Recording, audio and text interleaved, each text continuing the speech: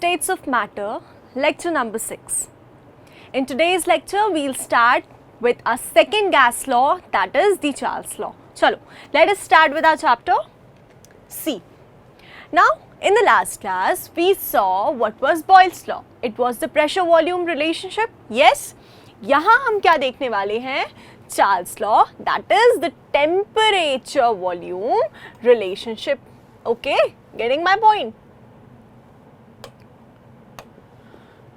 For a fixed mass of gas, क्या बोला है? अच्छा, अब देखो, what did I tell you in the last class? कि ये जो हमारी measurable properties हैं, pressure, temperature, volume and number of moles, ठीक है? इन properties की किसी भी दो properties के बीच में अगर वो आपको relation बता रहे हैं तो बाकी दो properties constant होंगी. Getting my point? तो for a fixed mass of a gas, fixed mass से क्या पता चल रहा है? Number of moles constant है. Then volume of gas increases on increasing the temperature and decreases on cooling. Getting my point? What does this mean exactly? Let us check out. See, if I have a cylinder and if I have what? Another cylinder. Yes? मान लो कि initially volume V1 है, temperature T1 है, ठीक है? ये volume of the gas कितनी occupied है? इतनी. क्या कांस्टेंट है? Number of moles. मतलब इफ आई एम सेइंग कि यहाँ पर 5 मोल्स ऑफ गैस है तो 5 मोल्स ऑफ गैस कांस्टेंट रहेंगे. जो भी चेंजेस हैं वो हम यहाँ करने वाले हैं. ओके, वॉल्यूम बढ़ाई तो टेम्परेचर में क्या चेंज, या टेम्परेचर बढ़ाया तो वॉल्यूम में क्या change, like that we will see. तो if we increase the temperature students, क्या होता है? वॉल्यूम बढ़ती है. ठीक है, क्यों?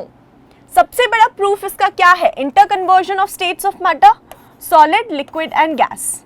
यस, अगर मान लो सॉलिड में क्या लेते हैं? आइस ले लेते हैं, ice cube. Yes, if we are taking the ice cube, what happens if we are giving it the temperature? इसकी वॉल्यूम बढ़ती है या नहीं? बताओ मुझे. Volume increases? Yes. So this is what is said. ठीक है? So what happens is कि solid को जब हम temperature देते हैं, it changes to liquid ना. तो अगर देखा जाए तो वॉल्यूम बढ़ी एक तरह से. Yes. Now when we provide more temperature to this liquid stage that is obtained, what happens on providing temperature to the liquid? It changes to gas. अब वॉल्यूम कैसे बढ़ रही है? देखो, सॉलिड में स्पीशीज पास पास में होती हैं, लिक्विड में स्पीशीज दूर दूर होती है. मतलब कि इंटरमोलिकुलर स्पेस बढ़ा ना, स्पेस ऑक्यूपाई कर रहे हैं ये कुछ ज़्यादा than solids and gases, even more space. तो वॉल्यूम बढ़ी या नहीं बढ़ी? तो this is what is said कि जब हम टेम्परेचर देते हैं तो वॉल्यूम बढ़ती है. Okay, this is what is been said. Charles law में what happens? Volume is directly proportional to temperature. Getting my point students? आप टेम्परेचर बढ़ाएंगे तो वॉल्यूम स्वाभाविक है कि बढ़ेगी. This is what is explain. Okay, but number of moles are kept constant, उसमें कोई चेंज नहीं है. गेटिंग? चलो. So, Charles' law is the temperature-volume relationship for a fixed mass of gas at constant pressure. Pressure constant है, mass constant है, and तो temperature and volume के बीच में relation बता दिया है. Now, volume of gas increases on increasing the temperature and decreases on cooling. मतलब अगर आप temperature घटा रहे हैं तो volume भी तो घटेगी. ऐसा होता है या नहीं होता है? मुझे बताओ. सॉलिड, लिक्विड एंड गैस का केस ले लो. अगर आप कूलिंग करेंगे, गैस को कूल करेंगे, मतलब क्या कर रहे हो आप? उसकी थर्मल एनर्जी को कम कर रहे हो, उसमें से हीट एक्सट्रैक्ट कर रहे हो, मतलब आप उसे कूल कर रहे हो. तो गैस जब लिक्विड में चेंज होगी, इसी को हम लिक्विफैक्शन बोलते हैं. Yes, on cooling a gas and applying a pressure, what happens? It changes to liquid. Yes, तो वॉल्यूम कम हुई ना. मतलब कि यहाँ पर अगर हमने टेम्परेचर कम किया है तो वॉल्यूम भी कम हुई. मतलब डायरेक्ट रिलेशन है भाई साहब, है कि नहीं? सिमिलरली लिक्विड में से अगर हीट एक्सट्रैक्ट आउट करते हैं, लिक्विड को कूल करते हैं, तो what happens? Yes, it changes to solid. Easy enough? Okay. तो इतना सा कॉन्सेप्ट है चार्ल्स लॉ का. Now, for each degree rise in temperature, volume of a gas increases by 1 by 273.15 of the original volume of the gas at 0 degree Celsius. मतलब क्या बोला जा रहा है? हर एक डिग्री राइज इन टेम्परेचर के लिए वॉल्यूम ऑफ गैस, अगर आप यहाँ पर 1 डिग्री राइज करेंगे तो वॉल्यूम कितनी बढ़ेगी? It will increase by a factor of 1 by 273.15 times the volume of the original volume of the gas at 0 degree Celsius. I say कि volume at 0 degree Celsius was V naught. Clear है इतना? Are you all getting? ठीक है? So this is the formula.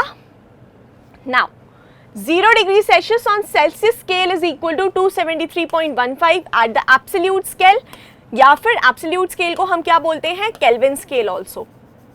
ठीक है? Absolute scale को ही क्या बोलते हैं? Kelvin scale. कैसे? क्योंकि अगर Kelvin में हमें टेम्परेचर चाहिए एंड डिग्रीज में दिया है तो what do we do? We add 273.15 का magnitude to this degree Celsius temperature. यही करते हैं हम, यही करते हैं ना. तो this is what is said कि 0 degree Celsius on Celsius scale is equal to 273.15 Kelvin at absolute scale. Absolute scale is also called as the Kelvin scale. Clear enough? चलो. This new temperature scale, yes, is called the Kelvin temperature scale or absolute temperature scale. दोनों की बात एक ही है. Okay? चलो. Now, Kelvin scale of temperature is also called as thermodynamic scale of temperature and is used in the scientific works. देखो, some basic concepts के very first lecture में मैंने आपको SI units पढ़ाए थे. तो SI यूनिट्स में टेम्परेचर का SI यूनिट क्या होता है? केल्विन, है ना. एंड थर्मोडाइनामिक स्केल क्यों बोली है? क्योंकि throughout the thermodynamics we will be taking the temperature in Kelvin. Okay, अगर डिग्री सेल्सियस में दिया भी है ना तो we will convert it to Kelvin. Okay, that is why this description is given. चलो, let us move on now. Okay, Charles' law states that pressure remaining constant, number of moles remaining constant, volume of a fixed mass that is number of moles are constant, is directly proportional to the absolute temperature. Okay? मतलब कि if I take it on the left hand side, अगर मैं इसे left hand side पर ले आती हूँ तो what will we get? V by T is equal to constant. और students, हमें बॉयल्स लॉ में क्या मिला था? PB is equal to constant. ठीक है? Getting? चलो, ओके, ठीक है. अब हम डिस्कस कर लेते हैं Charles law graph. Charles law graph किसके बीच में बनेगा? वॉल्यूम एंड टेम्परेचर के बीच में, obviously, because volume temperature relationship है. चार्ल्स लॉ तो इसी के बीच में बनेगा.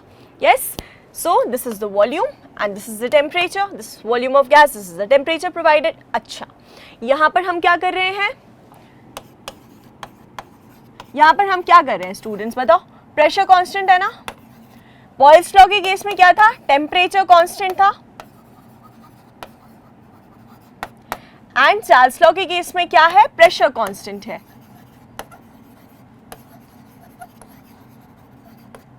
नाउ सी, टेम्परेचर कांस्टेंट के ग्राफ्स को क्या बोलते थे? आइसोथर्म्स.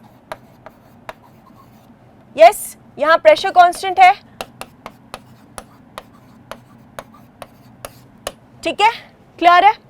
ओके, तो अब since volume is directly proportional to temperature, direct relation में कैसे? स्ट्रेट लाइन ग्राफ्स मिलते हैं हमें.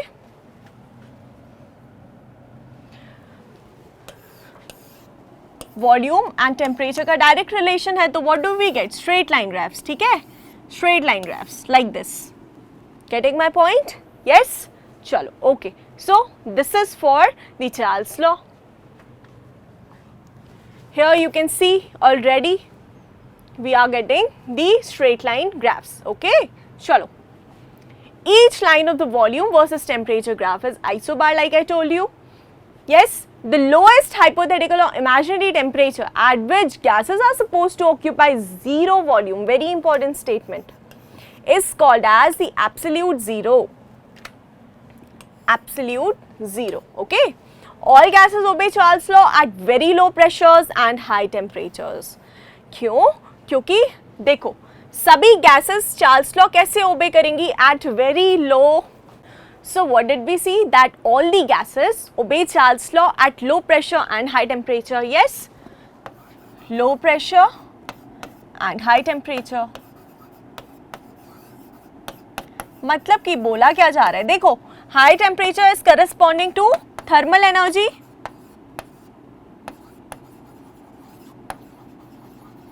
and what does thermal energy do? It tends to keep the molecules apart.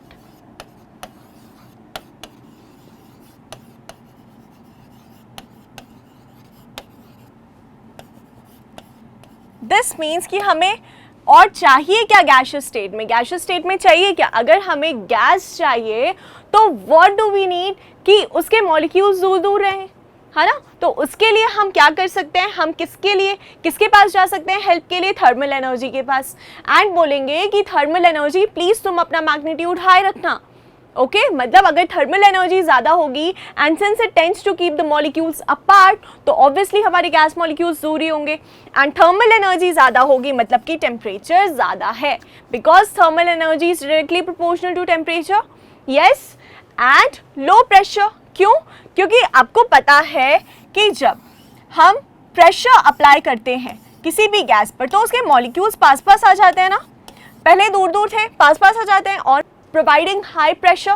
तो यही बोला जा रहा है कि सिंस गैसेस के मॉलिक्यूल्स में फोर्स ऑफ अट्रैक्शन नहीं होता है, नेग्लिजिबल होता है, तो अगर हमने हाई प्रेशर दिया तो फिर ये कंडीशन तो फेल होने वाली है ना, उनके बीच में मैक्सिमम फोर्स ऑफ अट्रैक्शन आ जाएगा. यस, तो ये हमें करवाना ही नहीं है. इसीलिए दो कंडीशंस हैं कि प्रेशर लो रखना है एंड टेम्परेचर इतना हाई. तो इन दोनों से क्या होगा? Our state will exist as a gas. And ऐसी कंडीशंस अगर हैं low pressure and high temperature तो all the gases will obey the Boyle's law, that is volume is directly proportional to temperature. जितना ज़्यादा आप उनको टेम्परेचर देंगे उतनी ज़्यादा वॉल्यूम बढ़ेगी. अब मान लो मैंने लो प्रेशर की जगह हाई प्रेशर दे दिया तो क्या वो चार्ल्स लॉ ओबे कर पाएंगी? बताओ मुझे. ऑब्वियसली नॉट, क्योंकि फिर टेम्परेचर आप दिए जा रहे हो एंड हाई प्रेशर अप्लाई कर रहे हो तो वॉल्यूम बढ़ पा रही है क्या? नहीं, क्योंकि प्रेशर क्या कर रहा है? वॉल्यूम को बढ़ने से रोक रहा है. Isn't it easy enough? ठीक है, चलो coming to okay, so I hope this is clear कि all gases obey Charles' law at very low pressure and high temperature. ठीक है, चलो coming to the problem. So like we studied, V is directly proportional to T. V by T is equal to constant, है ना? तो V1 by T1 can be written as V2 by T2. ठीक है, यही formula लगाकर ये वाला question solve होगा. It is very easy, try it on your own. It is the NCERT problem that I have picked up for you. Okay, चलो let us move on and make one thing clear. जैसे यहाँ पर 23.4 degree Celsius में temperature given है, convert it to Kelvin and then solve the problem. Getting my point? ठीक है, चलो okay. So students, that's all for today's lecture. We studied Charles law, है ना? In the next lecture, we'll continue with further topics. Okay, we'll meet now in the next class. Have a great day. Bye.